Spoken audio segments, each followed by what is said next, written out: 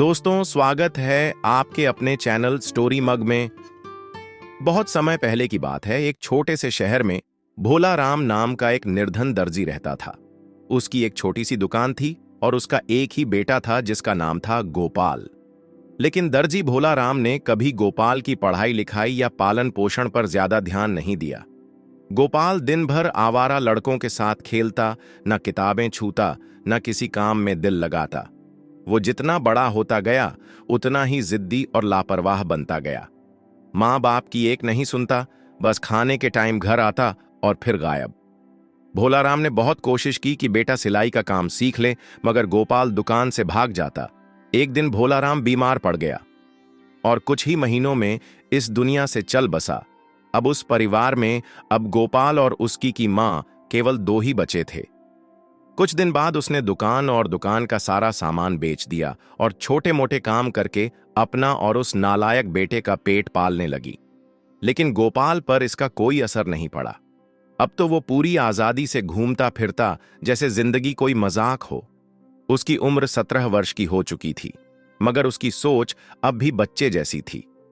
एक दिन जब वो दोस्तों के साथ बाजार में खेल रहा था, तभी वहां एक अजनबी आया। उसके कपड़े और चाल ढाल देखकर कोई भी कह सकता था कि ये कोई आम इंसान नहीं है। वो चुपचाप खड़ा होकर बच्चों को देखने लगा और फिर उसकी नजर गोपाल पर ठहर गई। उसके चेहरे पर एक हल्की मुस्कान आई, जैसे उसे वह मिल गया हो जिसकी उसे बहुत दिनों से तलाश थी। अब वो सीधे गोपाल के पास गया और प्यार से बोला, अरे बेटा, क्या तुम भोला राम दर्जी के बेटे गोपाल हो? गोपाल ने थोड़ा चौंकते हुए जवाब दिया, हाँ, लेकिन मेरे पिताजी तो कई वर्ष पहले ही स्वर्ग सिधार गए। ये सुनकर वो अजनबी जादूगर अचानक उसे गले से लगाकर जोर जोर से रोने लगा। गोपाल हैरान था, बोला, आप क्यों रो रहे हैं? क्या आप मेरे पिताजी को जानते थे? जादूगर ने कांपती आवाज में कहा, मेरे प्यारे बच्चे, अब क्या बताऊं, मैं तुम्हारा चाचा हूं। मैं तो सिर्फ अपने भाई से मिलने इतनी दूर से आया, पर क्या पता था कि मेरा प्यारा भाई अब इस दुनिया में ही नहीं है। ये कहते ही उस इंसान की आंखों से आंसू रुकने का नाम नहीं ले रहे थे। उसकी आवाज कांप रही थी और दिल दर्द से भरा था। फिर उसने गोपाल को देखा और बोला, बेटा, जब तुम खेल रहे थे ना, तो तुम्हें देखकर मुझे उसी वक्त लग गया था कि तुम मेरे भाई के बेटे हो। तुम बिल्कुल उसकी ही तरह लगते हो। अब तो बस तुम ही मेरा एकमात्र सहारा हो। यह कहकर उसने गोपाल को सीने से लगा लिया, जैसे बरसों से खोया कोई अपना उसे वापस मिल गया हो। फिर बोला, ईश्वर का लाख लाख शुक्र है कि उसने मुझे मेरे भतीजे से मिला दिया। उसके बाद उसने गोपाल से उसके घर का पता पूछा। जेब से कुछ रुपए निकालते हुए कहा, बेटा, अपनी मां को देना और कहना कि मैं कल मिलने आऊंगा। यह कहकर वो आदमी चला गया। गोपाल भागता हुआ घर पहुंचा और मां से बोला, मां, हमारे एक चाचा भी हैं, वो आज आए थे। उन्होंने आपको प्रणाम कहा और कहा कि कल मिलने आएंगे। मां चौंकते हुए बोली, गोपाल, कैसी बातें कर रहा है? तेरे पिताजी का तो कोई भाई नहीं था। गोपाल बोला, नहीं मां, वो पिताजी के भाई हैं।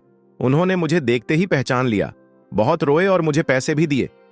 अगली सुबह जब गोपाल बाजार में दोस्तों के साथ खेल रहा था, तो वही चाचा फिर आए। गोपाल को गले लगाकर बोले, ये 2 रुपए अपनी मां को देना और कहना कि आज रात का खाना मैं आप लोगों के साथ ही खाऊंगा। अभी मुझे एक जरूरी काम से जाना है। इतना कहकर वो फिर चले गए। गोपाल भागा भागा घर पहुंचा और बोला, मां, चाचा ने ये 2 रुपए दिए हैं और कहा है कि आज रात का खाना हमारे साथ खाएंगे। मां फौरन बाजार गई और उन रुपयों से अच्छे अच्छे खाने का सामान खरीदा। सारा दिन रसोई में लगी रही, जैसे सालों बाद कोई अपना आने वाला हो। शाम हुई, दरवाजा खटखटाया गया। गोपाल दौड़ा दौड़ा दरवाजा खोलने गया। सामने चाचा खड़े थे। उनके साथ एक मजदूर था जिसके सिर पर एक बड़ी टोकरी थी। उस टोकरी में तरह तरह के फल, मेवे और खाने पीने की चीजें थीं। चाचा ने गोपाल की मां को प्रणाम किया, टोकरी दी और पूछा, मेरा भाई दुकान में कहां बैठा करता था? मां ने बाहर की तरफ इशारा किया। चाचा सीधा वहीं गए, फर्श पर बैठे और जमीन को बार बार चूमते हुए रोने लगे, जैसे बीते वक्त की हर याद उसी जगह समाई हो। अब गोपाल की मां को भी यकीन होने लगा कि ये वाकई उसके खोए हुए देवर हैं।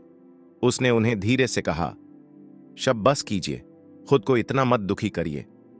उस आदमी ने आंखों में आंसू लिए कहा, मेरी प्यारी भाभी, इतने सालों बाद मुझे देखकर आपको हैरानी तो जरूर हुई होगी। मैं करीब 30 साल पहले यहां से गया था, फिर लंका देश, अरब, मिस्र और भी कई जगहों की सैर करता रहा। उसके बाद मंत्रलोक चला गया और बीते 20 सालों से वहीं हूं। फिर उसने गोपाल की तरफ देखा और पूछा, बेटा तुम क्या करते हो? घर का खर्च कैसे चलता है? यह सुनकर गोपाल का चेहरा उतर गया। उसकी नजरें जमीन पर टिक गईं। मां ने उसकी तरफ देखा और भारी मन से बोली, भाई क्या बताऊं, ये लड़का सारा दिन बस इधर उधर घूमता रहता है, कोई काम नहीं करता। इसी चिंता में तो इसके पिताजी चल बसे, और अब इसी चिंता और तकलीफ में रोते रोते मेरी आंखों की रोशनी भी लगभग चली गई है। अब तो मुश्किल से कुछ मजदूरी करती हूं जिससे मां बेटे का गुजारा हो जाता है। इसे ना अपनी फिक्र है ना मेरी। सुबह सुबह घर से निकल जाता है और बस खाने के वक्त लौटता है। कई बार दिल करता है इसे घर में आने ही ना दूं, मगर मां हूं, क्या करूं? ये कहते कहते गोपाल की मां फूट फूट कर रोने लगी। वो शख्स चुपचाप सुनता रहा, फिर गोपाल की तरफ देखा और बोला, बेटा सोचो कितनी शर्म की बात है कि तुम मस्ती में खेलते घूमते हो और तुम्हारी मां इतनी तकलीफें झेल रही है। तुम्हें मेहनत करनी चाहिए ताकि तुम्हारी मां आराम से जी सके। अगर सिलाई का काम पसंद नहीं तो कोई और हुनर सीख लो। अगर तुम चाहो तो मैं तुम्हारे लिए एक कपड़े की दुकान खोल दूंगा। दुनिया का बेहतरीन कपड़ा मंगवा दूंगा जिससे तुम इज्जत से कमाओ और आराम से जियो। मैं तुम्हारी मुलाकात अपने कुछ अच्छे व्यापारी दोस्तों से कराऊंगा। वो तुम्हारा साथ देंगे और तुम्हारा कारोबार भी धीरे धीरे चमक उठेगा। तुम्हें फिर किसी चीज की कमी नहीं होगी। गोपाल की आंखों में चमक आ गई और वो तैयार हो गया। उस व्यक्ति का चेहरा खुशी से खिल गया। वो बोला, मुझे बहुत खुशी है कि तुमने मेरी बात मानी। अब तुम बड़े दुकानदार बनोगे। तुम्हारी अपनी दुकान होगी, अपना नाम होगा। मगर एक बात याद रखना, अब उन आवारा लड़कों के साथ घूमना खेलना बंद कर दो। कल सुबह मैं तुम्हें ले चलूंगा। तुम्हारे लिए अच्छे कपड़े खरीदूंगा, एक पगड़ी भी दिलाऊंगा ताकि तुम सौदागर लगो, और फिर तुम्हारे लिए एक शानदार दुकान ढूंढूंगा जहां तुम आराम से बैठकर अपना काम कर सकोगे। ये सब सुनकर गोपाल की मां की आंखों में आंसू आ गए, पर इस बार ये खुशी के थे। उसने ईश्वर को मन ही मन धन्यवाद कहा कि उसकी सुन ली और इतने अच्छे रिश्तेदार को उसके जीवन में भेजा। फिर उसने जल्दी से खाना लगाया और तीनों ने मिलकर सादगी भरा लेकिन दिल से बना खाना खाया। खाना खत्म हुआ तो वो शख्स बोला, कल सुबह मैं गोपाल को नए कपड़े दिलवाने आऊंगा। अगली सुबह वादे के मुताबिक वो आया और गोपाल को अपने साथ ले गया। गोपाल बिना देर किए तैयार हुआ और उसके साथ शहर की एक बड़ी शानदार दुकान पर पहुंचा। वहां उसने गोपाल के लिए कीमती कपड़े खरीदे, रेशमी कुर्ता, सुंदर जूते, एक चमकदार पगड़ी और कमर में बांधने वाला पट्टा। गोपाल ने ऐसा पहनावा अपनी जिंदगी में कभी नहीं देखा था। वो इतना खुश हुआ कि उसकी आंखें भर आईं। फिर उस शख्स ने पैसे दिए और बोला, अब चलो तैयार होते हैं।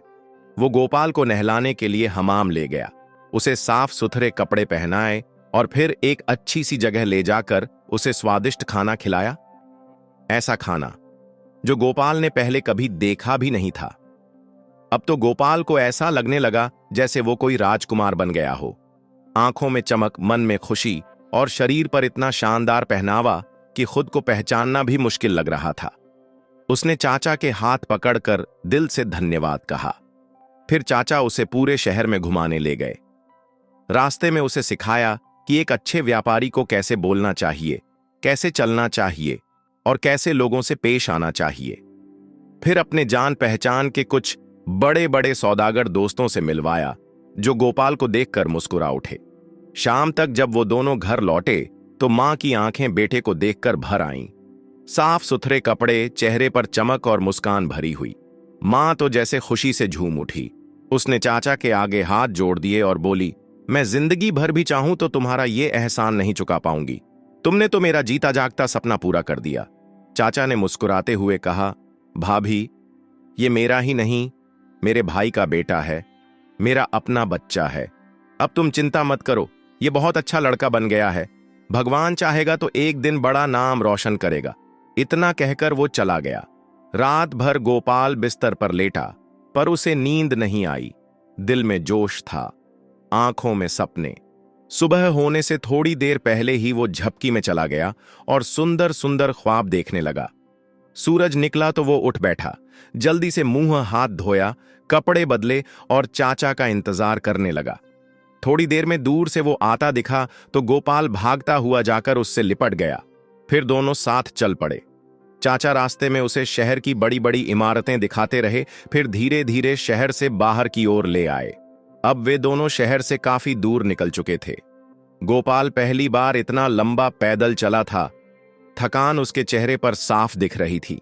वो रुका और बोला, चाचा, हम बहुत दूर आ गए हैं। शहर तो पीछे छूट गया। अब तो आसपास कोई मकान भी नहीं दिख रहा। हर तरफ बस पहाड़ ही पहाड़ हैं और मुझे बहुत तेज भूख भी लग रही है। यह सुनकर चाचा ने अपने थैले से कुछ फल, मेवे और मिठाइयां निकालीं और गोपाल की तरफ बढ़ाते हुए बोले, बेटा, मैं तुम्हें एक बहुत खास जगह दिखाने लाया हूं। अब वो ज्यादा दूर नहीं है। थोड़ा हिम्मत दिखाओ, अब तुम छोटे बच्चे नहीं हो। उन्होंने गोपाल को थोड़ी ताकत दी, उसका हौसला बढ़ाया और फिर उसे लेकर एक पहाड़ी के नीचे पहुंचे। यही वो जगह थी जिसके लिए वो चाचा इतने लंबे सफर पर चले थे। उन्होंने चारों तरफ देखा और बोले, यही है वो जगह, थोड़ा आराम कर लो, फिर मैं तुम्हें ऐसा बाग दिखाऊंगा जो इस दुनिया में कहीं और नहीं मिलेगा। जब तुम उसे देखोगे तो सारी थकान अपने आप दूर हो जाएगी। जब गोपाल थोड़ा आराम कर चुका तो चाचा की आवाज आई, अब तुम थोड़ी सूखी लकड़ियां इकट्ठा करो, फिर मैं तुम्हें एक ऐसा नजारा दिखाऊंगा जो तुमने कभी नहीं देखा होगा। गोपाल ने बिना देर किए सूखी लकड़ियां जमा की और उन्हें एक जगह ढेर कर दिया। चाचा आगे बढ़े, 2 लकड़ियों के बीच आग जलाई और फिर अपने थैले से एक चमकदार पाउडर निकालकर उस आग पर हल्के से छिड़क दिया। जैसे ही वो पाउडर आग में गिरा, एक गाढ़ा धुआं उठने लगा और फिर अचानक जमीन कांपने लगी। चट्टानें हिलने लगीं और जमीन खुद ब खुद फट गई। देखते ही देखते एक गहरा गड्ढा बन गया। उस गड्ढे के ऊपर एक भारी पत्थर की शिला रखी थी, जिसके ठीक बीचों बीच एक तांबे का छोटा सा हैंडल जैसा हिस्सा बाहर निकला था। ये सब देखकर गोपाल के दिल की धड़कन तेज हो गई। डर के मारे उसके मुंह से चीख निकल गई और वो तेजी से पीछे की ओर भागा। चाचा फौरन उसके पीछे दौड़े, उसे पकड़ा और गुस्से में आकर एक जोरदार थप्पड़ मार दिया। गोपाल गिर पड़ा, उसके होंठ से खून बहने लगा। वो कांपते हुए जमीन पर गिर पड़ा। तभी चाचा ने उसका हाथ पकड़कर उठाया और अब की बार बहुत नरमी से बोले, गोपाल बेटा, मैं तुम्हें डराने के लिए नहीं बल्कि समझाने के लिए थोड़ा सख्त होना पड़ा। मैं तुम्हारा चाचा हूं और चाहता हूं कि तुम जिंदगी में कुछ बड़ा बनो। अब मेरी हर बात ध्यान से सुनो, क्योंकि ये सब तुम्हारे ही भले के लिए है। तुमने अपनी आंखों से देखा कि जादू के जरिए जमीन कैसे फटी। इस भारी पत्थर के नीचे एक बहुत बड़ा खजाना छिपा है, लेकिन ध्यान रखना, इस खजाने तक तुम्हारे सिवा और कोई नहीं पहुंच सकता, यहां तक कि मैं भी नहीं। ये सब तुम्हारा है, बस अब जैसा मैं कहूं वैसा ही करना। बेचारा गोपाल अभी भी डरा हुआ था। थप्पड़ का असर और डर की हलचल अब भी उसके चेहरे पर थी। उसे कुछ खास समझ नहीं आया, पर उसने हिचकिचाते हुए कहा, चाचा जान, जैसा आप कहेंगे मैं वैसा ही करूंगा। यह सुनकर चाचा की आंखों में अजीब सी चमक आ गई। उन्होंने गोपाल को गले से लगाया और भावुक होकर बोले, तुम तो मेरे अपने बेटे जैसे हो। मेरा तो कोई बच्चा भी नहीं, तुम ही मेरी दुनिया हो। तुम्हारे लिए ही मैं इतनी दूर से यह सफर करके आया हूं। फिर उन्होंने गोपाल की उंगली में एक चमकदार अंगूठी पहनाई और बोले, अब इस बड़े पत्थर को उठाओ। गोपाल ने हैरानी से पूछा, चाचा, इतनी भारी चीज मुझसे कैसे उठेगी? चाचा मुस्कुराए और बोले, ये जादुई अंगूठी है बेटा। इसकी ताकत से यह सिल तुम्हारे लिए एक सूखे पत्ते जैसी हल्की हो जाएगी। और वाकई ऐसा ही हुआ। जैसे ही गोपाल ने हाथ बढ़ाया, वो सिल बिना किसी मेहनत के एक तरफ सरक गई, जैसे उसमें कोई वजन ही नहीं था। और फिर उस पत्थर के नीचे उसे कुछ पत्थर की सीढ़ियां दिखाई दे रही थीं, जो सीधा जमीन के अंदर उतर रही थीं। चाचा ने गोपाल की आंखों में देखते हुए कहा, अब तुम्हें इन सीढ़ियों से नीचे उतरना है। जैसे ही नीचे पहुंचोगे, तुम्हारे सामने एक तांबे का दरवाजा आएगा। डरना मत, वो अपने आप खुल जाएगा। उसके आगे 3 बड़े बड़े कमरे मिलेंगे। पहले कमरे में तुम्हें 3 अलमारी जैसे खोल दिखेंगे। हर एक में सोना, चांदी और चमकते हुए कीमती पत्थर भरे बर्तन रखे होंगे। पर ध्यान रहे, उन्हें छूना मत, बस सीधे आगे बढ़ते जाना। तीसरे कमरे के बाद एक और दरवाजा आएगा। उसके अंदर घुसते ही तुम्हारे सामने एक बहुत ही सुंदर बाग होगा। हर तरफ रंग बिरंगे पेड़ और अजीब मगर खूबसूरत फल लगे हुए। उस बाग में सीधा चलते जाना। फिर तुम्हें एक सीढ़ियों वाला रास्ता दिखेगा। उसमें 50 सीढ़ियां होंगी। ऊपर जाकर एक कोने में तुम्हें एक जलता हुआ दिया मिलेगा। तुम्हें वो दिया बुझाना है। उसका तेल और बाती वहीं फेंक देना और दिए को ध्यान से अपनी जेब में रखकर वापस लौट आना है। अगर मन हो तो वापसी में बाग से कुछ फल तोड़ सकते हो, पर सबसे जरूरी है वो खास दिया लेकर आना। इतना कहकर चाचा ने गोपाल के गाल पर प्यार से हाथ फेरा और धीमे से बोला, अब अपने हौसले के साथ जाओ बेटा। अब गोपाल बिल्कुल तैयार था। उसका डर जैसे हवा हो गया था। उसने बिना कोई रुकावट सीढ़ियों से नीचे उतरना शुरू किया। हर एक बात जो चाचा ने बताई थी वो उसके मन में साफ चल रही थी। वो बड़े बड़े कमरों से होकर निकला जहां सच में कीमती चीजों से भरे बर्तन रखे थे, पर उसने एक को भी नहीं छुआ। फिर जैसे ही वो आखिरी दरवाजे से अंदर गया, सामने का नजारा देखकर उसकी सांसें थम गईं। चारों तरफ रंग बिरंगे, चमकते, अजीब लेकिन बेहद सुंदर फल लगे हुए पेड़ थे। वो सीधे चलता गया और कुछ ही देर में सीढ़ियां दिखाई दीं। वो गिनता हुआ ऊपर चढ़ा और छत तक पहुंच गया। वहां एक अलमारी में वो दिया सच में जल रहा था। गोपाल ने दिए को बुझाया, तेल और बाती फेंकी और बहुत ध्यान से दिया अपनी जेब में रख लिया। जब वो लौट रहा था तो उसके कदम खुद ब खुद उन फलों की तरफ मुड़ गए। इतने चमकते और अलग रंगों वाले फल उसने पहले कभी नहीं देखे थे। उसे नहीं पता था कि ये असल में हीरे, पन्ने और बेशकीमती नग थे। उसके लिए वो बस जादुई और अनोखे फल थे। वो खुशी से कुछ फल तोड़ लाया और अपनी जेबें भर लीं। फिर धीरे धीरे वही रास्ता पार करता हुआ गड्ढे के मुहाने तक पहुंचा जहां से वो नीचे आया था। उसने ऊपर देखते हुए जोर से आवाज दी, चाचा जान, मैं वापस आ गया हूं, अब मुझे ऊपर खींच लो। ऊपर से आवाज आई, पहले वो दिया दो, फिर मैं तुम्हें निकालूंगा। गोपाल ने नीचे से कहा, नहीं चाचा, पहले मुझे ऊपर खींचिए, फिर मैं दिया दे दूंगा। अब गोपाल को अंदर ही अंदर डर लग रहा था, कहीं चाचा उसे नीचे ही ना छोड़ दें। उसे शक हुआ कि शायद चाचा दिया लेकर उसे गड्ढे में ही फंसा दें। उधर चाचा को लगा कि शायद अब गोपाल की नीयत बदल गई है और वो दिया खुद रखना चाहता है। ये सोचकर चाचा का चेहरा गुस्से से लाल हो गया। वो चीखते हुए बोले, मक्कार लड़के, तुझे मैं ऊपर निकालूं या तू यहीं सड़ने की सोच रहा है? चाचा की ये बात सुनकर गोपाल का दिल कांप उठा, जैसे जमीन उसके नीचे से खिसक गई हो। गोपाल जल्दी जल्दी नीचे उतरने लगा ताकि शायद उसके चाचा का गुस्सा कम हो जाए और वो उसे बाहर निकाल ले। लेकिन अब उसके चेहरे से उम्मीद जैसे गायब हो गई थी। वो अंदर से टूट चुका था। ऊपर से आवाज आई, ठीक है, अब तू इसी गड्ढे में सड़ता रह। और फिर उस आदमी ने जादुई आग पर कोई चमकता पाउडर फेंका। कुछ अजीब शब्द बोले और वह पत्थर वापस अपनी जगह पर खिसक आया। पल भर में सब कुछ पहले जैसा हो गया। वो गड्ढा पूरी तरह बंद हो चुका था और वो आदमी चुपचाप उदासी के साथ वहां से चला गया। लेकिन वो कोई चाचा नहीं था, वो तो एक जादूगर था जो मंत्रों की दुनिया में रहता था और बचपन से ही जादू सीख रहा था। उसी जादू की ताकत से उसे ये पता चला था कि चीन में एक जादुई दिया है और जिसके पास वो दिया होता है उसके इशारे पर जिन काम करता है। लेकिन उस दी को सिर्फ एक दर्जी का बेटा गोपाल ही निकाल सकता था। यही वजह थी कि वो लंबा सफर करके यहां तक आया था, सिर्फ गोपाल को धोखे से इस्तेमाल करने के लिए।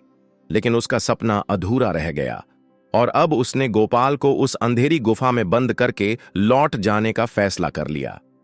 अब गोपाल उस गुफा में अकेला था। तभी अचानक जमीन हिलने लगी, दीवारें कांपने लगीं। डर से कांपता हुआ गोपाल तेजी से सीढ़ियां चढ़ने लगा, लेकिन ऊपर का रास्ता पूरी तरह बंद था। उसका दिल बैठने लगा और फिर वह जोर जोर से रोने लगा। वो चिल्लाने लगा, मुझे बाहर निकालो, दिया ले लो, प्लीज मुझे बाहर निकालो। लेकिन वहां कोई नहीं था जो उसकी आवाज सुनता। उसी पल उसके मन में एक सच्चाई कौंधी, जो व्यक्ति खुद को उसका चाचा कह रहा था, वो चाचा हो ही नहीं सकता था। वो तो उसे गालियां देकर, धोखा देकर छोड़ गया। अब उसे सबसे ज्यादा अपनी मां की याद सताने लगी। वही मां जिसे उसने न जाने कितनी बार रुलाया था। अब वो उसी मां के लिए तड़प रहा था।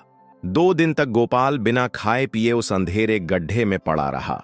उसका बदन थर थर कांपता रहा और आंखों से आंसू थम नहीं रहे थे। वो बिल्कुल हार चुका था और मायूसी में अपने हाथ मलने लगा। जैसे ही उसने अपने हाथ आपस में रगड़े, उसकी उंगली में पहना छल्ला जरा सा हिला और तभी एक चमकदार नीली रोशनी के साथ एक जिन प्रकट हो गया। जिन की आवाज गूंज उठी, आपने मुझे बुलाया, बताइए क्या करना है। गोपाल डर के मारे पीछे हट गया, लेकिन फिर हिम्मत बटोर कर बोला, मुझे इस गड्ढे से बाहर निकाल दो। और जैसे ही उसने ये कहा, अगली पल वो खुद को खुली जमीन पर खड़ा पाया। चारों तरफ रोशनी थी, हवा चल रही थी और ऊपर नीला आसमान था। गोपाल समझ गया कि ये सब जादू की ताकत से हुआ है, लेकिन अब वो आजाद था। जहां थोड़ी देर पहले आग की लपटें थीं, अब वहां कुछ नहीं था। जिन भी गायब हो चुका था।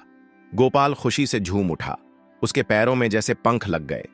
वो दौड़ते हुए अपने शहर की तरफ भागा और जब अपने घर पहुंचा तो उसका सांस फूल चुका था और वो सीधा अपनी मां की गोद में गिर पड़ा। जब थोड़ी देर बाद उसे होश आया तो उसने कांपती आवाज में कहा, मां, कुछ खाने को दो, भूख से मेरी जान निकल रही है।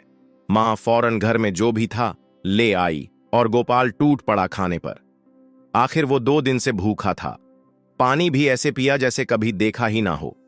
जब थोड़ा चैन मिला तो उसने मां को पूरा किस्सा बताया और बोला, अब सुनो मां, जो हम सब समझते थे कि वो पिताजी का भाई है, वो कोई रिश्तेदार नहीं था। वो तो एक जादूगर था और उसने मुझे धोखा दिया। गोपाल मां की गोद में सिर रखकर बोला, जानती हो अम्मा, उसने मेरे साथ क्या किया। और फिर उसने शुरू से लेकर आखिर तक सब कुछ अपनी मां को बता दिया कि कैसे उसे धोखा देकर उस अंधेरी गुफा में बंद कर दिया था, कैसे वो 2 दिन भूखा प्यासा पड़ा रहा और कैसे उस जादुई छल्ले ने उसकी जान बचाई।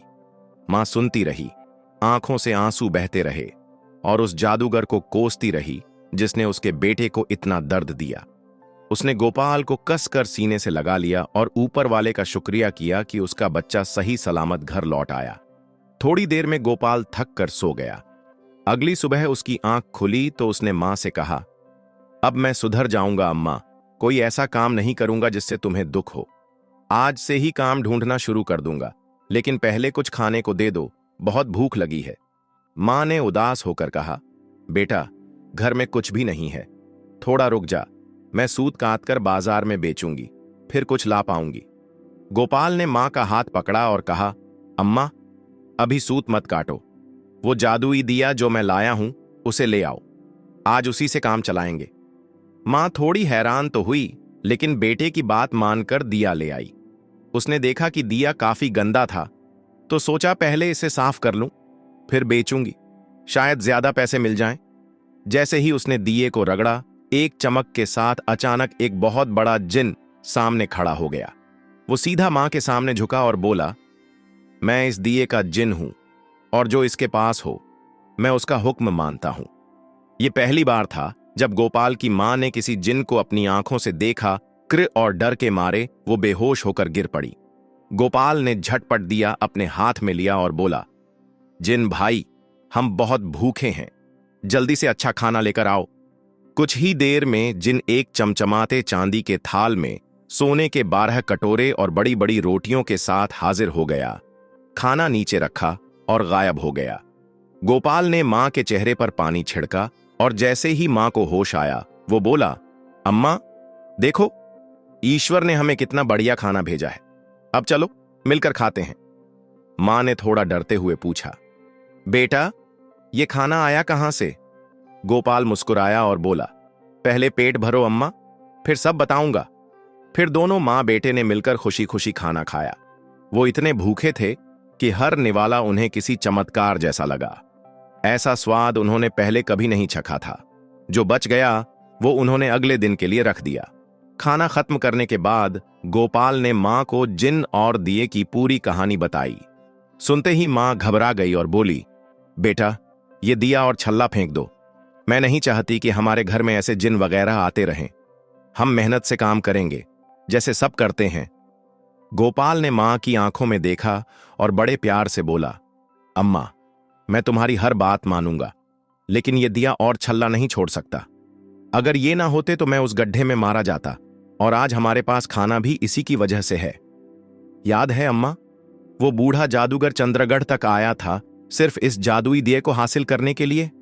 गोपाल ने मां की आंखों में देखकर कहा, लेकिन ईश्वर की कृपा से वो दिया अब मेरे पास है।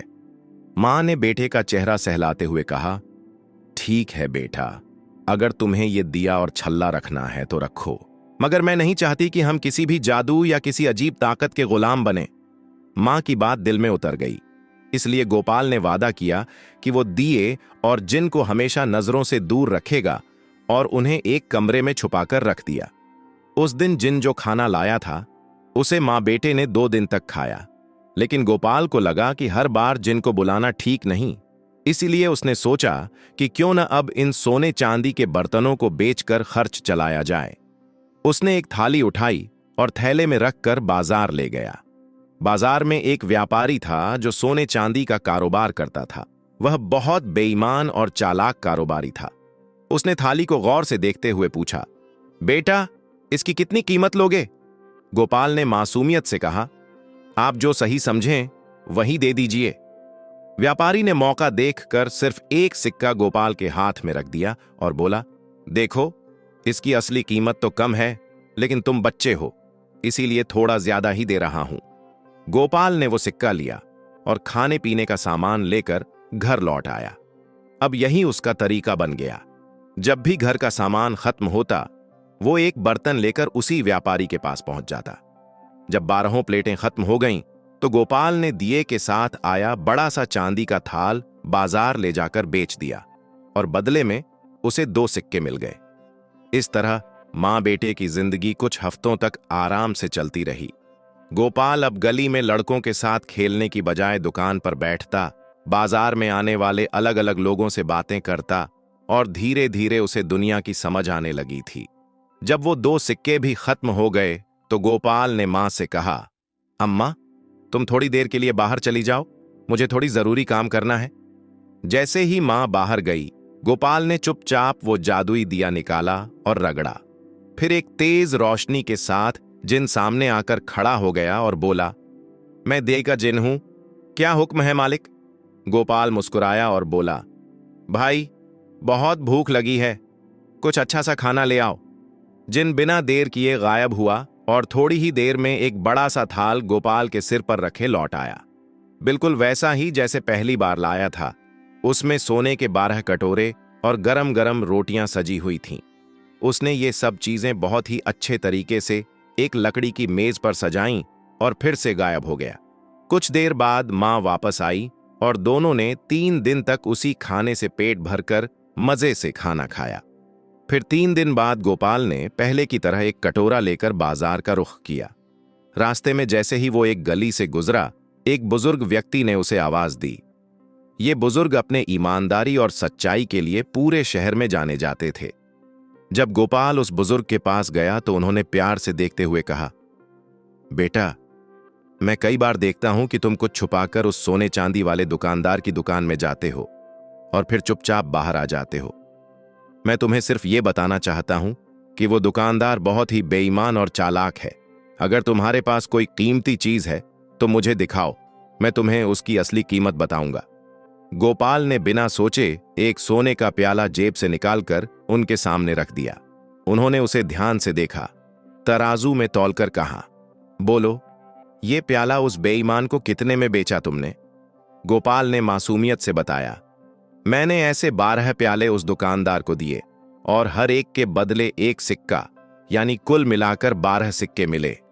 उस बुजुर्ग ने सिर हिलाते हुए कहा, यह प्याला बहुत अच्छी किस्म के सोने का बना है और इसकी असली कीमत करीब 200 सिक्के हैं। अगर तुम चाहो तो मैं खुद तुम्हें पूरे 200 सिक्के दे सकता हूं, या फिर चाहो तो इसे किसी और को भी दिखा सकते हो। गोपाल ये सुनकर चौंक गया। इतने सारे सिक्के देखकर उसकी आंखों में खुशी झलकने लगी, लेकिन उस बुजुर्ग की सच्चाई ने उसे और भी अधिक प्रभावित किया। गोपाल ने धन्यवाद दिया और सिक्के लेकर घर चला गया। अगले दिन उसने बाकी बचे सभी प्याले उसी बुजुर्ग को बेच दिए और अब गोपाल और उसकी मां के दिन पहले से बेहतर हो गए थे। मगर इतना सब होने पर भी उनका स्वभाव वैसा ही बना रहा, साधारण और विनम्र। गोपाल अब जरूरतमंदों की मदद भी करता और गली के आवारा लड़कों की संगत भी वह छोड़ चुका था।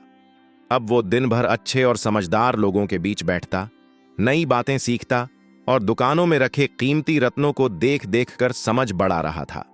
एक दिन उसे ध्यान आया कि जो चमकदार रंग बिरंगे फल वो उस जादुई बाग से लाया था, वो असल में फल नहीं बल्कि बेशकीमती रत्न थे। उसने उन सभी को बड़ी सावधानी से एक लकड़ी के मजबूत डिब्बे में सहेज लिया। एक दिन वो बाजार में कुछ व्यापारियों के साथ बैठा हुआ था कि अचानक किसी की तेज आवाज आई। ढोल और नगाड़ों की गूंज के साथ एक सैनिक मुनादी कर रहा था, सावधान, होशियार, ध्यान दो, ध्यान दो, हमारी राजकुमारी मोहिनी नदी में स्नान करने जा रही हैं, इसलिए पूरा बाजार बंद कर दिया जाएगा। सभी पुरुष अपने अपने घरों में चले जाएं। अगर कोई भी बाहर नजर आया तो उसका सिर धड़ से अलग कर दिया जाएगा। इतनी सख्त चेतावनी सुनकर सब दुकानदार अपने सामान समेटने लगे, लेकिन गोपाल के दिल में अजीब सी बेचैनी होने लगी। उसे राजकुमारी को देखने की तीव्र इच्छा हुई। वो तुरंत एक ऐसे कोने में जा छुपा जहां से सब कुछ देखा जा सकता था, लेकिन कोई उसे नहीं देख सकता था। थोड़ी देर बाद राजसी सवारी निकली और जैसे ही गोपाल की नजर राजकुमारी मोहिनी पर पड़ी, उसका दिल जैसे रुक सा गया। इतनी सुंदर लड़की उसने जिंदगी में पहले कभी नहीं देखी थी। उसकी आंखें, उसका चेहरा, सब कुछ किसी जादू जैसा था। उसे लगा जैसे वो कोई सपना देख रहा हो, जैसे कोई परी कथा की राजकुमारी जो सिर्फ कल्पना में होती है। गोपाल की नजरें बस उसी पर टिकी रह गईं। गोपाल के मन में बार बार यही सवाल गूंज रहा था कि क्या यही वही लड़की है जिसके बारे में पूरे शहर में बातें हो रही थीं। जब राजकुमारी की भव्य सवारी उसके पास से गुजरी तो गोपाल की आंखें बस उसी पर टिक गईं और उसने मन ही मन ठान लिया कि एक दिन मैं राजकुमारी से जरूर मिलूंगा और जानूंगा कि वो असल में स्वभाव से कैसी है। उसी पल उसके दिल में राजकुमारी के लिए एक अनजानी सी भावनाओं की लहर उठी, जिसे वो खुद भी ठीक से समझ नहीं पाया। लेकिन मन अभी भी उलझा था। क्या ये सब कभी मुमकिन हो पाएगा? अगर उसे राजकुमारी से मिलना है तो उसके पास कुछ ऐसा खास होना चाहिए जो उसे बाकी सबसे अलग बना दे। तभी उसके मन में एक ख्याल आया, अगर मैं उस चिराग के जिन्न की मदद लूं तो शायद मेरी किस्मत बदल सकती है।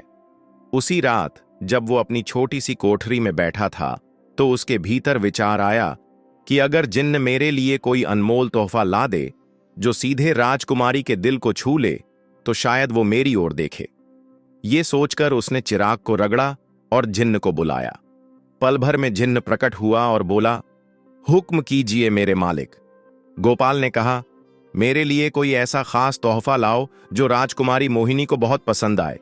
जिन्न ने सिर झुकाया और बोला, ठीक है मालिक, जैसा आपका आदेश, और एक झटके में गायब हो गया। कुछ ही पल बाद वो लौट आया। उसके हाथों में एक अद्भुत हार था जो मोतियों और चमकते हीरों से बना था। उसने वह हार गोपाल के सामने रखा और बोला, ये रहा राजकुमारी मोहिनी के लिए आपका तोहफा। गोपाल ने उस हार को ध्यान से देखा। उसकी चमक में कुछ ऐसा था जो शब्दों में नहीं कहा जा सकता था। उसने मुस्कुराते हुए कहा, यह सच में बहुत सुंदर है। जिन्न फिर से हवा में विलीन हो गया। गोपाल ने उस हार को अपनी कोठरी में छुपाकर रख लिया। उसे पता था कि इस तोहफे को राजकुमारी तक पहुंचाने के लिए एक सही मौका चाहिए होगा। अगली सुबह वह राजकुमारी के महल के पास पहुंचा और वहां के नौकरों से धीरे धीरे बात करके उसके बारे में ज्यादा जानने की कोशिश करने लगा। बातचीत से उसे पता चला कि अगले दिन राजकुमारी एक त्योहार में हिस्सा लेने वाली है। गोपाल ने तय कर लिया कि वह उसी दिन उसी रास्ते में छुपेगा और मौका पाकर राजकुमारी को वह हार उपहार में देगा।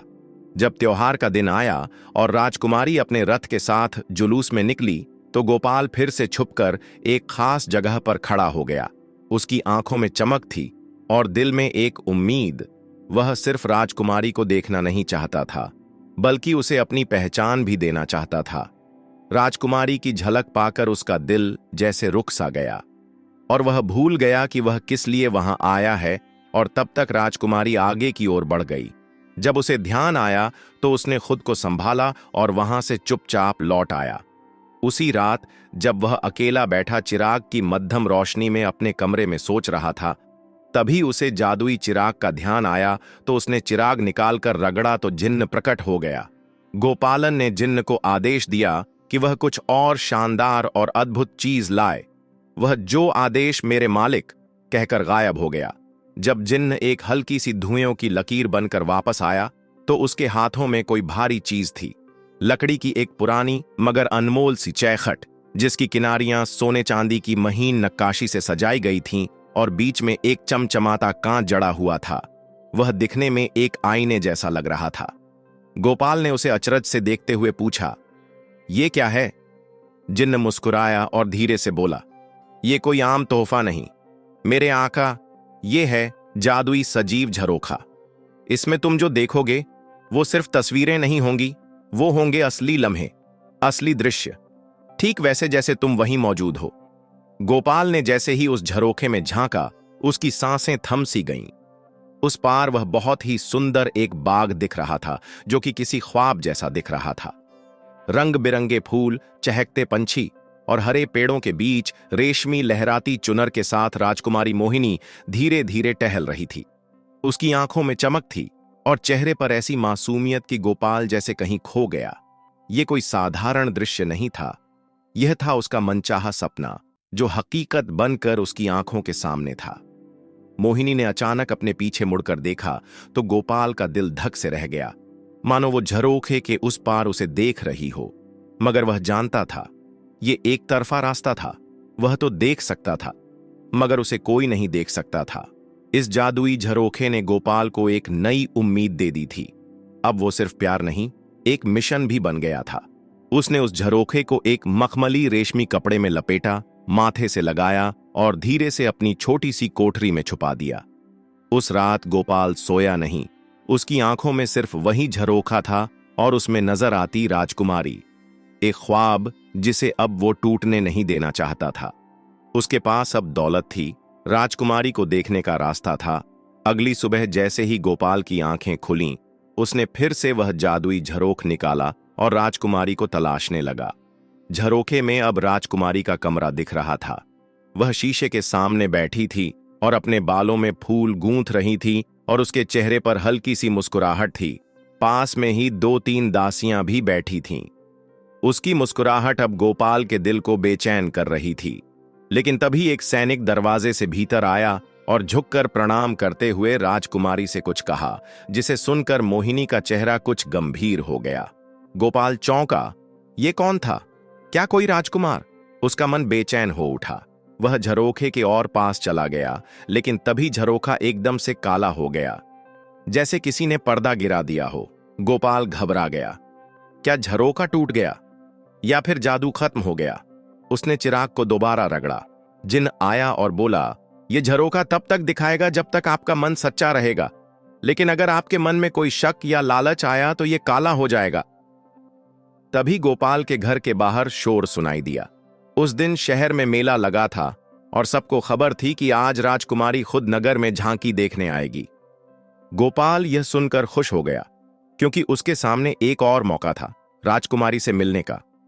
उसने झरोखे को संभाल कर एक लकड़ी के डिब्बे में रखा।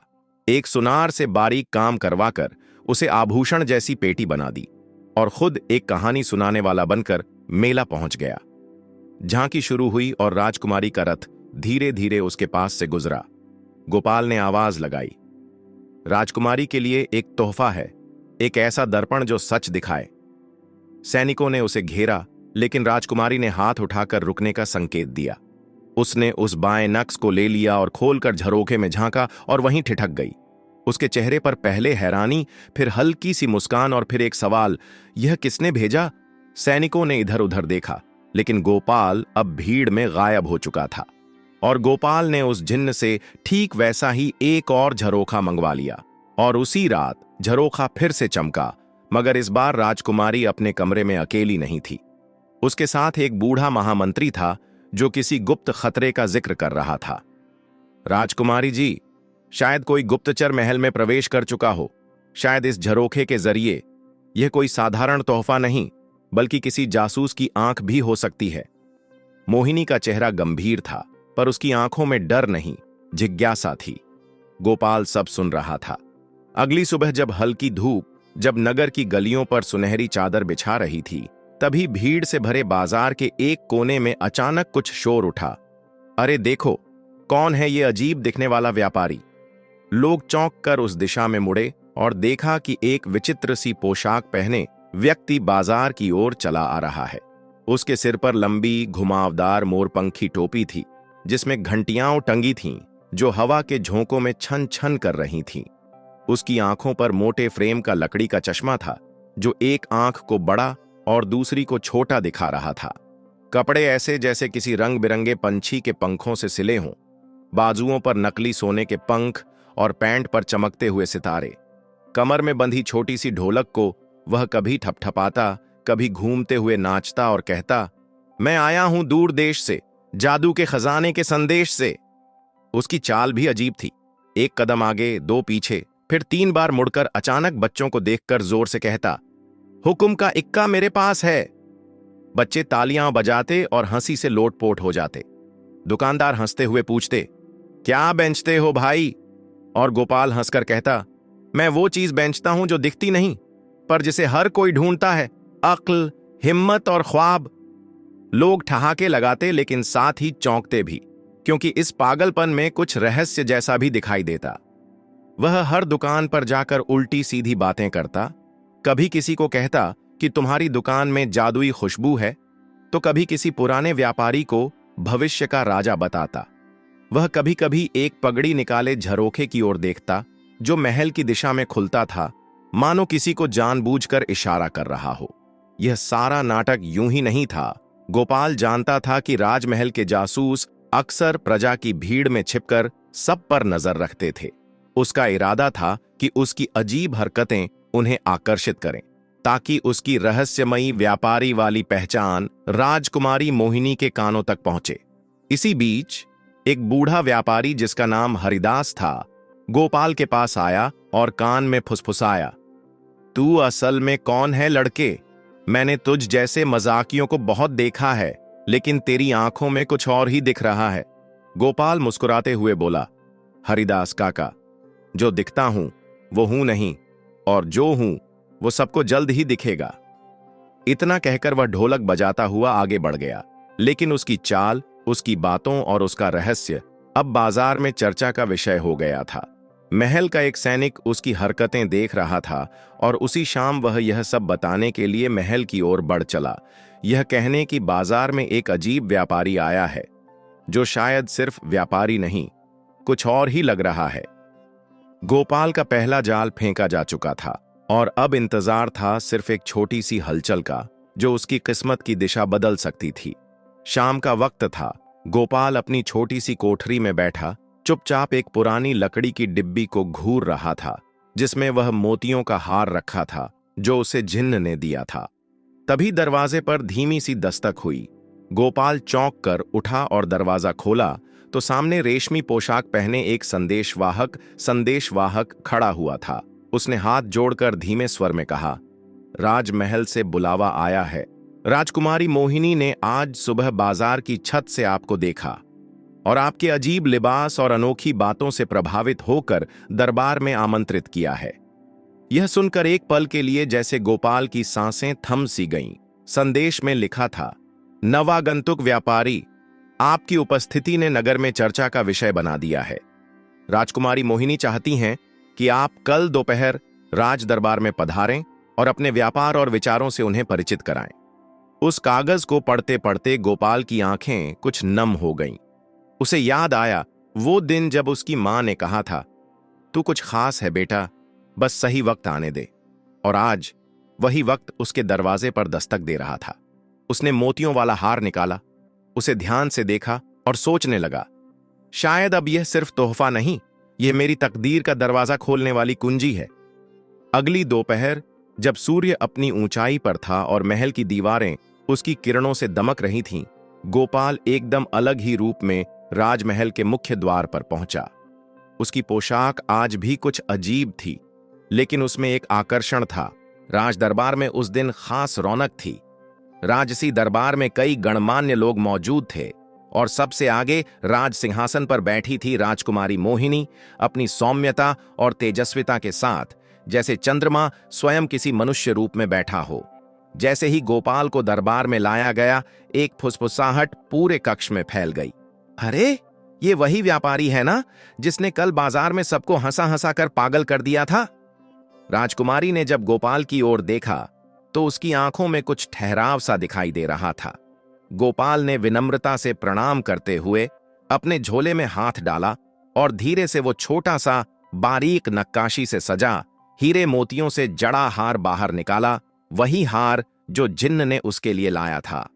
गोपाल ने नर्म स्वर में कहा, राजकुमारी जी, मेरी ओर से एक छोटा सा तोहफा। कोई भी यह उम्मीद नहीं कर रहा था कि ये मजाकिया व्यापारी, जो कल तक रंग बिरंगे फल बेच रहा था, आज राजकुमारी के सामने इस तरह आत्मविश्वास से खड़ा होगा। राजकुमारी ने वह हार अपने हाथों में लिया। उसकी आंखें पल भर के लिए मोतियों में उलझ गईं और फिर उसने पहली बार मुस्कुराते हुए गोपाल से पूछा, तुम कौन हो? सच सच बताओ। राजकुमारी मोहिनी की उंगलियां अब भी उस चमकते हुए हार को थामे थीं।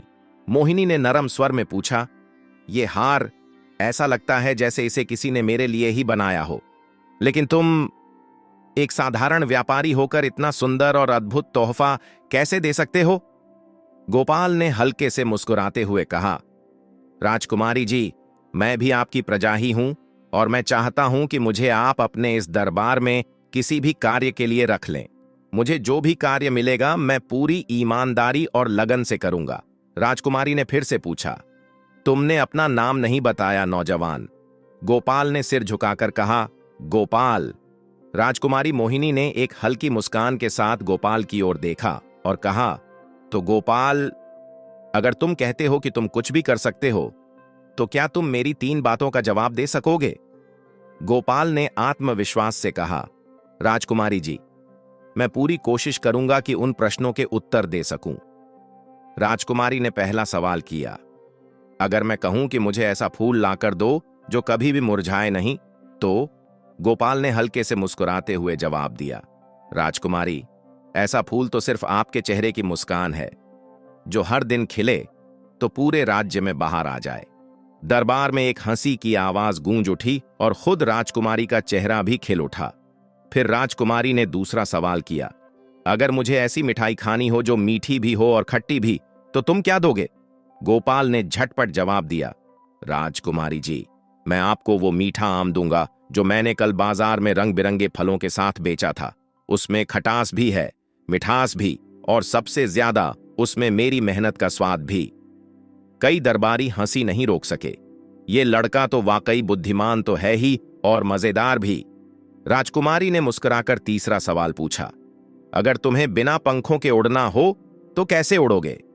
पूरा दरबार हैरान रह गया। कुछ सैनिकों की आंखें फैल गईं, महामंत्री की भौहें तन गईं और वातावरण में फिर से सन्नाटा पसर गया। गोपाल ने झुककर उत्तर दिया, राजकुमारी जी, अगर उड़ना हो तो मैं आपकी तारीफों में ऐसा गीत बन जाऊंगा जिसे सुनते ही सबका मन उड़ने लगे। बिना पंख के मन जब उड़ता है तो उस उड़ान से बड़ी कोई उड़ान नहीं होती। दरबार कुछ पल के लिए चुप रहा और फिर जैसे किसी जादू ने सबको छू लिया हो, हंसी, तालियां और विस्मय की गूंज उठी। राजकुमारी खुद भी उस जवाब से चकित थीं। अब वह सिर्फ मुस्कुरा नहीं रही थीं, बल्कि कुछ सोच रही थीं। शायद पहली बार किसी साधारण से लगने वाले युवक ने उनके मन को छुआ था। तभी दरबार में एक अजीब व गरीब फरियादी आया।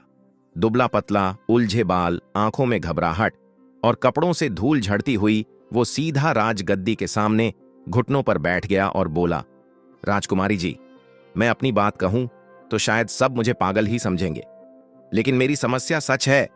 राजकुमारी मोहिनी ने इशारे से उसे बोलने की अनुमति दी। फरियादी ने कांपती आवाज में कहा, मेरे घर में एक अजीब चीज हो रही है। हर रात ठीक आधी रात को हमारे घर की दीवारें खुद ब खुद उल्टी तरफ झुक जाती है, जैसे घर उल्टा हो रहा हो, पर सुबह सब वैसा ही मिलता है, जैसे कुछ हुआ ही नहीं। दरबार में खुसर पुसर शुरू हो गई। कुछ सैनिक हंसने लगे। महामंत्री भौहें सिकोड़ते हुए बोले, यह तो तुम्हारा दिमागी भ्रम लगता है। भला ऐसी कौन सी दीवार होगी जो रात में झुकती है और सुबह खुद ठीक हो जाती है? लेकिन फरियादी जोर देकर बोला, मुझे मेरी मां और बच्चों की कसम, मैं झूठ नहीं बोल रहा। हमने कई रातें जागकर बिताई हैं, ये कोई सपना नहीं। राजकुमारी मोहिनी ने गंभीर स्वर में कहा, अगर यह व्यक्ति झूठ बोल रहा है तो दंड मिलेगा, पर अगर सच है तो यह हमारी नगरी की शांति से जुड़ा मामला है। क्या कोई समाधान सुझा सकता है? पूरा दरबार चुप, महामंत्री चुप, सेनापति भी चुप। सबके चेहरे पर उलझन थी। राजकुमारी ने धीमे से मुस्कुराकर गोपाल की ओर देखा और कहा, गोपाल, क्या तुम्हारे पास इसका कुछ समाधान होगा? गोपाल ने फरियादी को गौर से देखा, फिर बोला, राजकुमारी जी, समाधान तभी निकलेगा जब सवाल सही समझा जाए। मुझे एक रात इस व्यक्ति के घर रहने दीजिए। मैं दीवारों से नहीं, पर उस सच्चाई से मिलना चाहता हूं जो उन्हें हिला रही है। राजकुमारी ने हामी भरी और कहा, ठीक है गोपाल, आज रात तुम वहां जाओगे और कल दरबार में बताओगे कि क्या राज का पर्दा उठाया जा सकता है या नहीं। और इसी के साथ उस दिन का दरबार समाप्त हुआ। लेकिन दरबारियों के चेहरों पर पहली बार एक चुपचाप जिज्ञासा थी। आखिर ये व्यापारी हर बार असंभव को कैसे संभव बना देता है? गोपाल फरियादी के साथ उसके घर की ओर निकल पड़ा। रास्ते में गोपाल ने देखा कि वह घर शहर की सीमा से थोड़ा दूर था, जहां बस्तियां कम थीं और पेड़ों की परछाइयां जमीन पर अजीब आकृतियां बना रही थीं। घर के भीतर घुसते ही एक सौंधी सी महक पुराने लकड़ी के फर्नीचर और चूने की दीवारों से मिलकर एक अजीब माहौल बना रही थी। गोपाल ने पूरे घर का मुआयना किया। दीवारें सामान्य लग रही थीं, कोई दरार नहीं, कोई जादू टोने का निशान नहीं। लेकिन एक चीज ने उसका ध्यान खींचा। घर का फर्श थोड़ा ढलवा था और सबसे खास बात है, घर के चारों कोनों में दीवारों के बीच एक पुरानी सी लकड़ी की बीम लगी थी, जो रात होते ही नमी से फूल जाती थी। गोपाल ने सोने का नाटक किया, लेकिन वह जाग रहा था। आधी रात होते ही एक धीमी सी चर्र रर्र की आवाज आई। वह उठ बैठा और देखा, दीवारें सचमुच धीरे धीरे झुक रही थीं। पर उसे समझ में आया कि यह कोई जादुई शक्ति या भूत प्रेत नहीं थी, यह एक पुरानी वास्तु भूल थी। जैसे ही रात की ठंड और ओस से बीम फूलती, उसके दबाव से दीवारें हिलने लगतीं। यह सब प्राकृतिक था, लेकिन जिसने कभी ऐसा दृश्य नहीं देखा है, उसे यकीनन लगे कि घर उल्टा हो रहा है। सुबह होते ही गोपाल ने घर वालों को बुलाया, छत की बीम और दीवारों के जोड़ की ओर इशारा किया और समझाया कि तुम्हारा डर असली था, लेकिन कारण जादू नहीं, ये पुरानी बीम है, इसे बदल दो और दीवारें झुकेंगी नहीं। फरियादी की आंखों में आंसू थे। गोपाल बाबू, हम तो समझे कि ये कोई श्राप है या फिर भूत प्रेत का चक्कर। अगले दिन जब गोपाल ने यह बात दरबार में बताई, तो दरबार तालियों की गड़गड़ाहट से गूंज उठा। राजकुमारी ने धीमे स्वर में कहा, गोपाल, तुम न सिर्फ चतुर हो, बल्कि लोगों के मन का डर भी समझते हो। हमारे राज्य में ऐसे ही समझदार लोग चाहिए। गोपाल ने सिर झुकाकर कहा, राजकुमारी जी, कभी कभी दीवारें नहीं, हमारा भरोसा डगमगाता है, और अगर उसे थाम लिया जाए तो पूरा घर भी मुस्कुराने लगता है। राजमहल के विशाल सभागार में उस दिन अलग ही रौनक थी। मृदंग और शंखनाद की ध्वनि के बीच दरबारियों की पंक्ति सजी हुई थी। राजकुमारी मोहिनी के संकेत पर महामंत्री ने घोषणा की, आज से गोपाल को इस दरबार का विशेष सलाहकार नियुक्त किया जाता है। पूरा दरबार तालियों से गूंज उठा।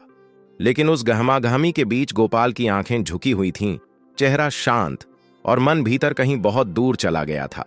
वहां जहां वह अपनी मां के साथ मिट्टी के घर में बैठकर सूखी रोटियां खाया करता था, वहीं से शुरू हुआ था उसका सफर। गोपाल सिर झुकाकर बोला, राजकुमारी जी, मैं सलाहकार जैसा बड़ा नाम नहीं चाहता। मैं अब भी वही हूं, अपनी मां का एक सामान्य बेटा, जो सिर्फ दिल से सच बोलता है और जमीन से जुड़ा रहना चाहता है। राजकुमारी ने मुस्कुराकर उसकी ओर देखा। इसी सच्चाई और सरलता के कारण ही तुम इस पद के सबसे योग्य हो गोपाल। सलाह देने के लिए सबसे पहले इंसान को इंसान रहना पड़ता है। महल के कोने में खड़ा एक बुजुर्ग सैनिक आंखें पोंछते हुए दूसरे सैनिक से कहा रहा था, आज इस दरबार को असली सलाहकार मिला है, जो किताबों से नहीं, जिंदगी से सीख कर आया है। कुछ ही दिनों में गोपाल अपनी सादगी और चतुराई के चलते पूरे महल का चहेता बन गया था। छोटे से छोटे सैनिक से लेकर महामंत्री तक उसकी सलाह को अहमियत देने लगे थे। लेकिन एक रात जब महल सो रहा था, एक अनहोनी घट गई। राजकुमारी के शयन कक्ष के बाहर रखी गतरे की घंटी अचानक जोर जोर से बजने लगी। सैनिक भागे भागे आए, लेकिन दरवाजा अंदर से बंद था। दरवाजा तोड़ा गया तो देखा, राजकुमारी के कमरे में रखा वो अनमोल हार जो गोपाल ने उन्हें दिया था, गायब था। मोहिनी ठीक थीं, लेकिन बेहद घबराई हुई। उन्होंने कांपती आवाज में कहा, मैं जाग रही थी। अचानक कमरे की हवा अजीब सी लगने लगी और दीवार पर एक झरोखे की परछाई जैसी बन गई, और फिर अचानक वो हार गायब हो गया। झरोखा सुनते ही गोपाल के चेहरे पर चिंता की एक गहरी रेखा दौड़ गई। वह चुपचाप बाहर गया, उस बाग की ओर जहां पहली बार उसने झरोखे को देखा था। लेकिन इस बार वहां जमीन पर रेत के भीतर कुछ लिखा था, जिस चीज को तुमने छुड़ा लिया, अब वो खुद तुम्हें ढूंढने आ रही है। अब तक हंसमुख और सहज दिखने वाला गोपाल पहली बार असहज दिखा। राजकुमारी ने धीरे से उसके कंधे पर हाथ रखा और पूछा, क्या तुम मुझसे कुछ छुपा रहे हो गोपाल? गोपाल ने लंबी सांस ली और कहा, राजकुमारी जी, उस झरोखे की दुनिया में कुछ ऐसे रहस्य हैं जिन्हें मैं खुद पूरी तरह नहीं समझ पाया। लेकिन जो भी हो रहा है, यह मुझे खुद समझ में नहीं आ रहा है। दरबार का माहौल रोज की तरह शांत था। राजकुमारी अपने स्थान पर बैठी थीं। महामंत्री कुछ चर्चा कर रहे थे और गोपाल एक कोने में खड़ा मंद मंद मुस्कुरा रहा था, जैसे कोई मन में कुछ गुनगुना रहा हो। तभी दरबार के द्वार पर एक ऊंची आवाज गूंजी, मुझे न्याय चाहिए। सबकी निगाहें मुड़ी। एक अधेड़ उम्र का व्यापारी, लंबा कुर्ता, माथे पर पसीने की लकीरें और हाथ में एक लकड़ी की संदूक। उसने आते ही राजकुमारी को प्रणाम किया और बोला, महाराज की अनुपस्थिति में अब आप हैं राजकुमारी जी, और मैं आपसे ही न्याय मांगने आया हूं। राजकुमारी ने गंभीरता से पूछा, क्या बात है, बोलो। व्यापारी ने अपनी संदूक जमीन पर रखी और ढक्कन खोला। अंदर कुछ टूटे हुए शीशे, बिखरे कपड़े और खाली कीमती डिब्बियां थीं। उसने कहा, कल रात मेरे बहुत कीमती जवाहरात चोरी हो गए और मुझे पूरा यकीन है कि वो चोरी इस महल के भीतर के किसी आदमी ने की है। दरबार में एक खलबली मच गई। महामंत्री उठे, क्या बकवास कर रहे हो? क्या सबूत है तुम्हारे पास? व्यापारी ने गहरी सांस ली और फिर एक झिझक के साथ कहा, मैंने रात को महल के पिछवाड़े से किसी को आते जाते देखा था, और वो कोई और नहीं, ये गोपाल था। हां, यही था।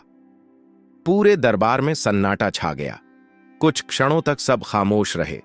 गोपाल, जो अब तक हंसता खिलखिलाता रहता था, एकदम गंभीर हो गया। राजकुमारी की नजरें गोपाल की ओर उठीं। वे आंखें जो हाल ही में उस पर विश्वास करने लगी थीं, अब सवालों से भर गई थीं, लेकिन उनकी आवाज अभी भी स्थिर थी। क्या यह सच है गोपाल?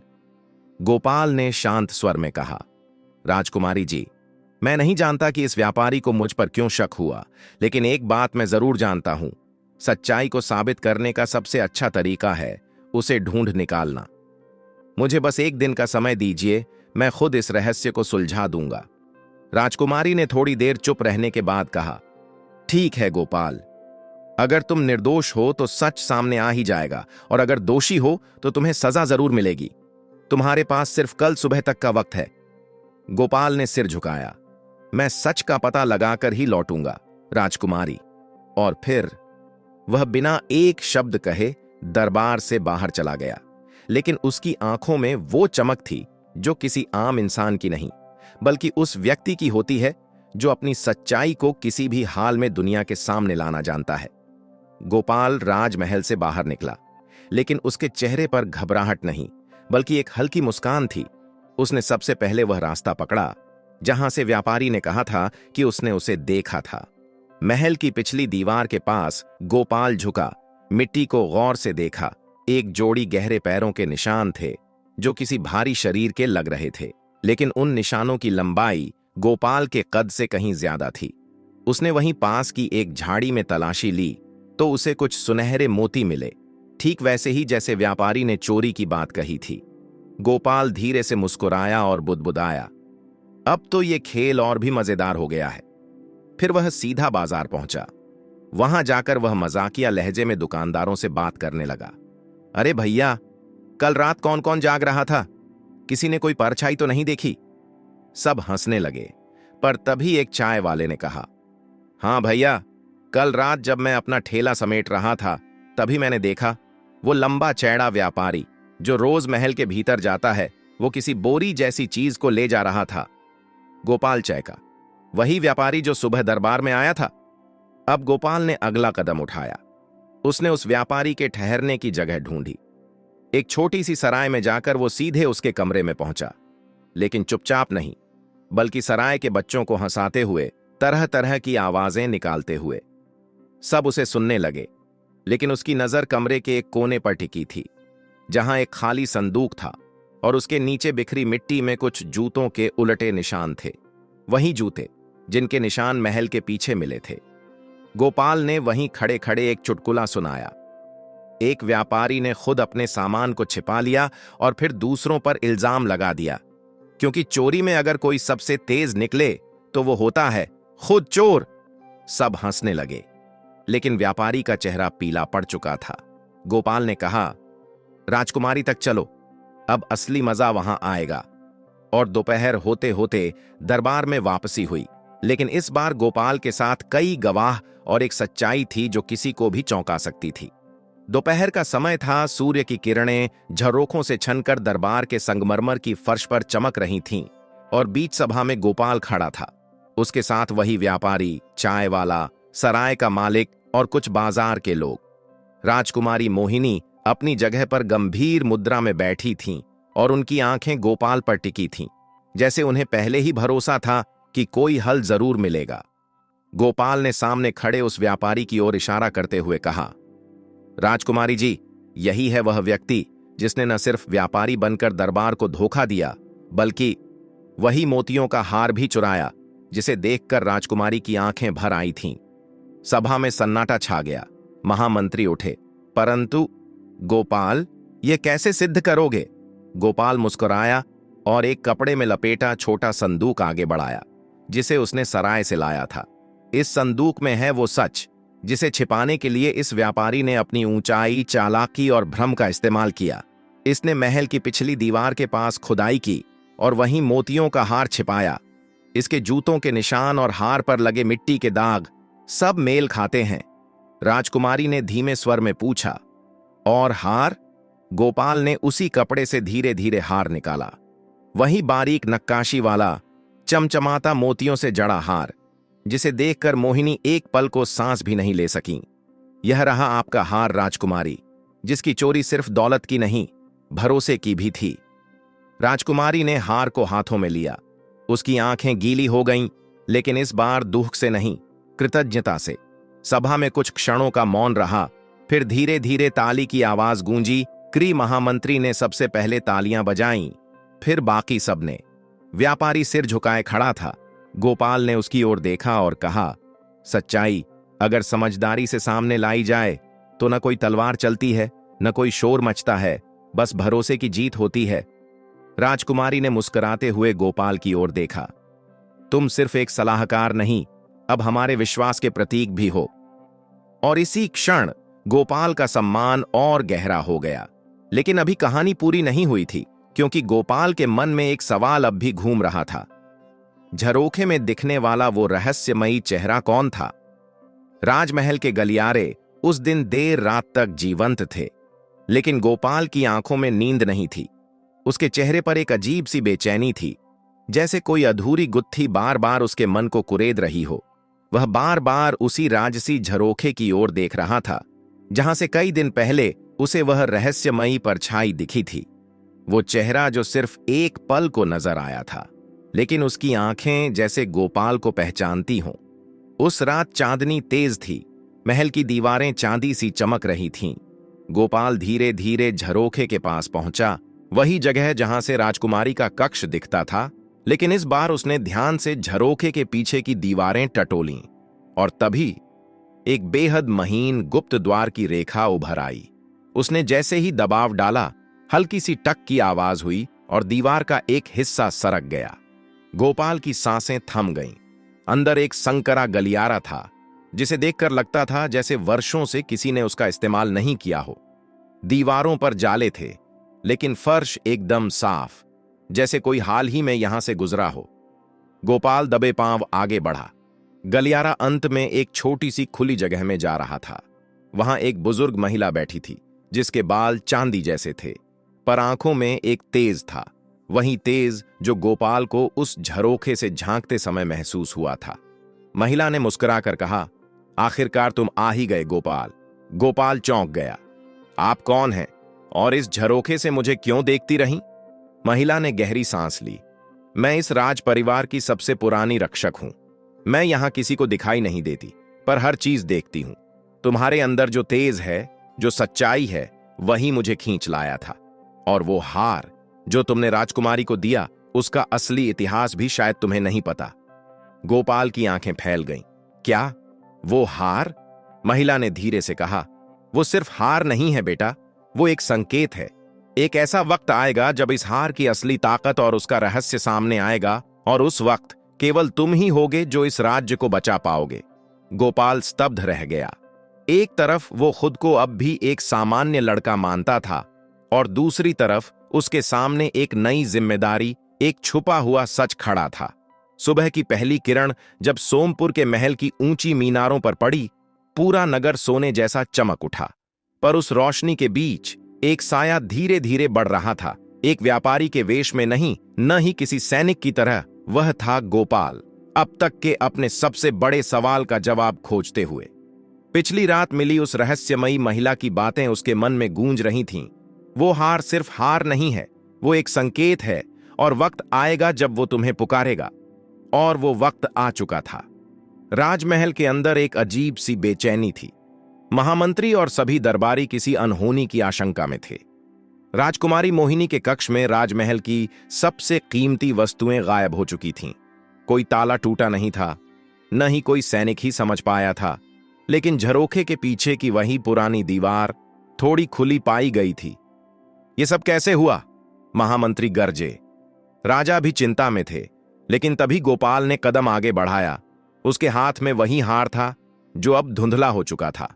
गोपाल ने कहा, राजा साहब, ये सिर्फ एक गहना नहीं है, ये उस व्यक्ति का संकेत है जो राजकुमारी के सबसे पास रहकर सबसे बड़ा धोखा दे रहा है। पूरे दरबार में सन्नाटा छा गया। राजकुमारी की आंखों में भी आशंका थी, पर गोपाल की आंखों में सच्चाई चमक रही थी। उसने बताया कि महल के भीतर एक पुराना मार्ग है, झरोखे के पीछे छुपा हुआ, और उसे कोई अपने फायदे के लिए इस्तेमाल कर रहा है। राजा ने तुरंत आदेश दिया और सशस्त्र सैनिकों के साथ गोपाल उस गुप्त मार्ग से अंदर गया। कुछ ही देर में एक चौंकाने वाला दृश्य सामने आया। वही महामंत्री, जिसने हमेशा ईमानदारी का ढोंग किया था, छिपे हुए कक्ष में महल के खजाने के साथ पकड़ा गया। वह वर्षों से महल के अंदर जासूसी कर रहा था और झरोखे के पीछे की दुनिया को अपने फायदे के लिए चला रहा था। राजा की आंखों में आंसू थे, विश्वासघात के और गोपाल के लिए गर्व के भी। उस दिन दरबार में जब सब कुछ उजागर हुआ, गोपाल ने वह हार फिर से राजकुमारी को लौटाया और कहा, अब इसका रंग लौट आया है, क्योंकि अब इसका सच सामने आ चुका है। राजकुमारी मोहिनी की आंखों में आंसू थे, पर इस बार वो दुख के नहीं थे। उन्होंने कहा, गोपाल, तुमने केवल हमारी रक्षा नहीं की, तुमने हमें यह सिखाया कि एक सच्चा रक्षक हमेशा सबसे सामान्य वेश में आता है। और आज से तुम केवल सलाहकार नहीं, मेरे जीवन के सबसे बड़े विश्वास पात्र हो। राजा ने गोपाल को राजसी सम्मान दिया, लेकिन गोपाल ने सिर झुकाकर कहा, मैं वही गोपाल हूं जो एक आम इंसान था और वही रहना चाहता हूं। फिर वह झरोखे की ओर मुड़ा और पहली बार मुस्कुराया। उस झरोखे से अब एक नई रोशनी झांक रही थी, सच की, भरोसे की, और एक ऐसे युवक की जिसने खुद को साबित किया, बिना जादू, बिना तलवार, सिर्फ बुद्धि और सच्चे दिल से। क्या आपको ऐसी ही कहानियां पसंद है, या फिर आप किस तरह की कहानियां सुनना चाहते हैं? हमें कमेंट करके जरूर बताएं, ताकि आपके मनोरंजन के अनुसार हम कहानियां बना सकें। तो दोस्तों, जुड़े रहिए स्टोरी मग के साथ, क्योंकि कहानियां बस खत्म नहीं होती, वो नई उड़ान भरती हैं वहीं से जहां से हम उन्हें छोड़ते हैं। धन्यवाद।